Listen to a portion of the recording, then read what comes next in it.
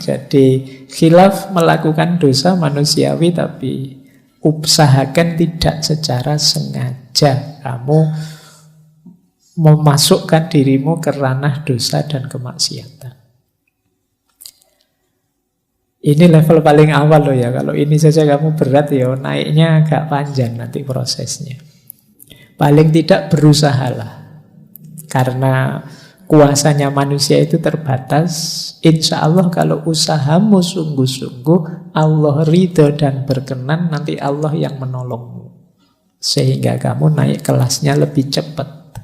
Tapi kalau kamu malas, kamu memang secara sengaja tidak ingin memperbaiki diri, naik level itu, ya Allah tidak akan datang. Ana inda dzonni abdi bi.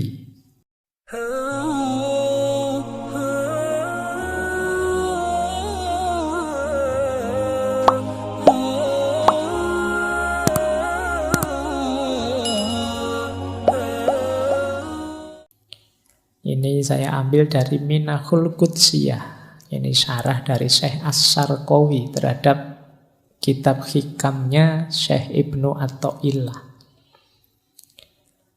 Orang ikhlas itu ada 3 level. Level awam yaitu ikhlasul ibad, ikhlasnya ahli ibadah.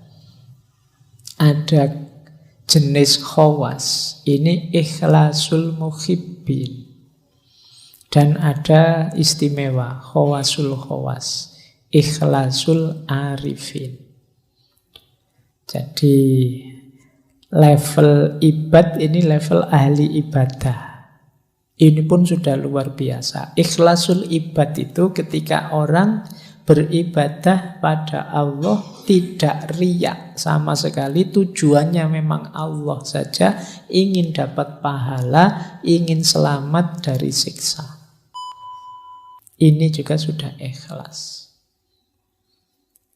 Jadi kalau ada yang tanya, Pak, kalau saya ibadah lillahi ta'ala tapi ingin dapat surga, tidak ingin masuk neraka, apa masih disebut ikhlas? Masih. Ini level ikhlasul ibad. Jadi tidak apa-apa, kalian jangan pesimis. Kan kadang-kadang ada yang bilang, saya melampaui surga neraka langsung Allah saja.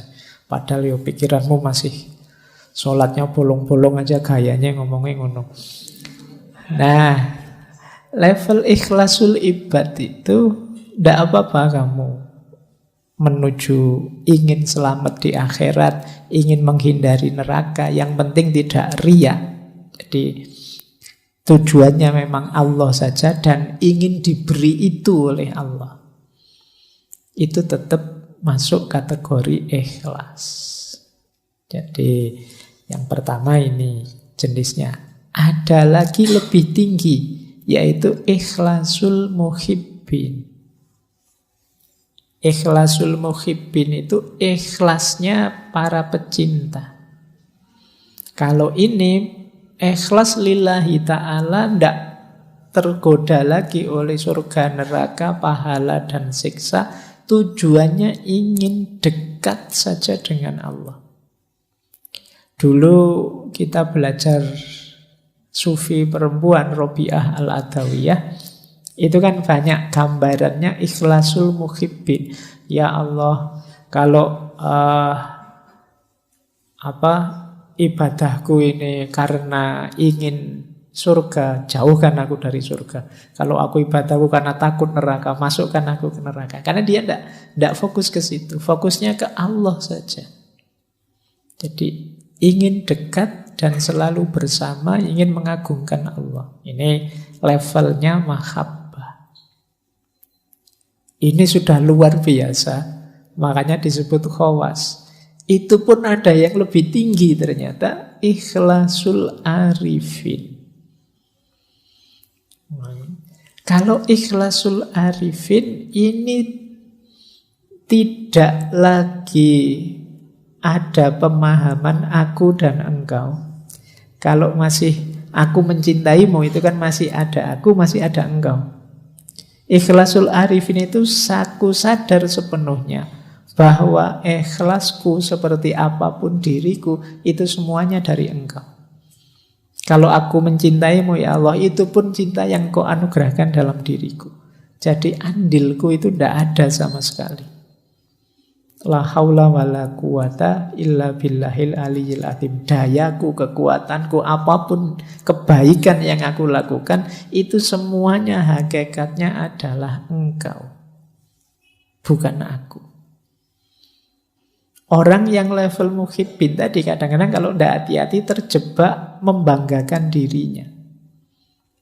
Bahwa aku bisa ikhlas, aku bisa tidak tertarik lagi surga neraka dan lain sebagainya. Tapi di level arifin itu sudah tidak mungkin lagi karena dia sepenuhnya sadar bahwa kebaikan dirinya, cintanya pada Allah, dayanya untuk menuju Allah, itu semuanya hakikatnya anugerahnya Allah saja. Tanpa Allah mengizinkan, ridho, menganugerahi, tidak mungkin bisa begitu. Itu namanya ikhlasul arifin. Nah, ini jenjang-jenjangnya. Jadi silakan teman-teman nanti muhasabah ya, sudah punya jenis ikhlas yang mana dalam diri kita. Yang pertama pun tidak apa-apa, itu juga termasuk ikhlas. Jadi sudah lillahi ta'ala. Paling tidak yang pertama itu tidak ada target-target duniawi. Jadi tidak riya, tidak ada target-target yang selain Allah. Targetnya ukhrawi. Nah, ini pun sudah masuk kategori ikhlas. Baik, jadi ini konsep pertama. Semoga tidak terlalu berat ya dipahaminya, maksudnya kalau dijalaninya ya pasti abot. Paling enggak kamu ngerti dulu itu kan sudah lumayan. Tadi tidak ngerti, sekarang ngerti. Kita lanjutkan. Nah, rutenya seperti ini untuk menuju ikhlas itu. Catatan saya ada 4 untuk menuju yang khawasul khawas tadi. Yang pertama memang untuk kita bisa sepenuhnya lillahi ta'ala itu harus bersih. Tadi kan definisinya bersih. Bersihnya diri dari dosa dan kemaksiatan. Ini level paling awal. Jadi semoga teman-teman tidak termasuk golongan yang ngeyel ya. Kadang-kadang ada orang ngeyel, apa bisa Pak ada manusia yang bersih dari dosa dan kemaksiatan. Itu kan mesti ono sing takok ngono. Paling tidak bersih dari dosa dan kemaksiatan yang disengaja. Jadi manusia memang kadang khilaf, manusiawi saja, kita pun kadang kepleset. Tapi semoga bukan memang secara sengaja ngerti dosa ditabrak saja. Ngerti maksiat ditabrak saja. Kamu tahu kalau lihat gambar yang kayak gitu itu dosa, tapi eman-eman ya Pak, terus ya wis. Ya sudah, berarti kamu level awal saja masih belum bersih. Jadi kok tidak sengaja terlihat tidak apa-apa, rezeki. Itu kan ada kalimatnya yang laka al-ula. Laka al-ula itu ya memang kok tidak sengaja kelihatan, itu kan rezekimu memang laka al-ula. Tapi setelah itu jangan diulangi. Ya, kalau ada eman-emannya tadi berarti sengaja. Yang pertama kan tidak sengaja, tidak masalah. Ya, kalau diulang lagi gitu. Jadi kamu kok setelah lihat kok terus diulang lagi. Atau tidak diulang tapi dipenelengi terus. Saya tidak ngulang kok Pak, ya tak lihat tapi ya suwi nontonnya padha wae. Ya, jadi kamu kan logikamu kan begitu, eman-eman Pak, nanti kalau dosa ya tobat lagi lah Pak. Berarti di level awal kamu belum lulus, belum bersih. Jadi khilaf melakukan dosa manusiawi, tapi usahakan tidak secara sengaja kamu memasukkan dirimu ke ranah dosa dan kemaksiatan. Ini level paling awal loh ya. Kalau ini saja kamu berat ya, naiknya agak panjang nanti prosesnya. Paling tidak berusahalah. Karena kuasanya manusia itu terbatas. Insya Allah kalau usahamu sungguh-sungguh, Allah ridho dan berkenan, nanti Allah yang menolongmu. Sehingga kamu naik kelasnya lebih cepat. Tapi kalau kamu malas, kamu memang secara sengaja tidak ingin memperbaiki diri, naik level itu, ya Allah tidak akan datang. Ana inda dzonni abdi bi. Jadi yuk dinawaitui saja dan diikhtiari semampunya. Insya Allah kalau memang sungguh-sungguh Allah ridho, Allah akan hadir membantu kita, menaikkan makom kita, memberi akhwal yang cocok untuk kita. Kalau sudah lulus di level pertama, kita bisa naik ke level kedua, bersih dari segala keterikatan duniawi. Jadi kalau ini lebih berat lagi. Di sini mungkin banyak hal yang halal, banyak hal yang mungkin boleh saja, bisa saja. Tapi jangan sampai kita terikat. Terikat itu tergantung dengan itu. Pak, segalanya kan perlu uang, Pak. Ini namanya terikat sudah. Saya ada uang, alhamdulillah. Tidak ada uang, ya tidak apa-apa. Nyari jalan yang lain.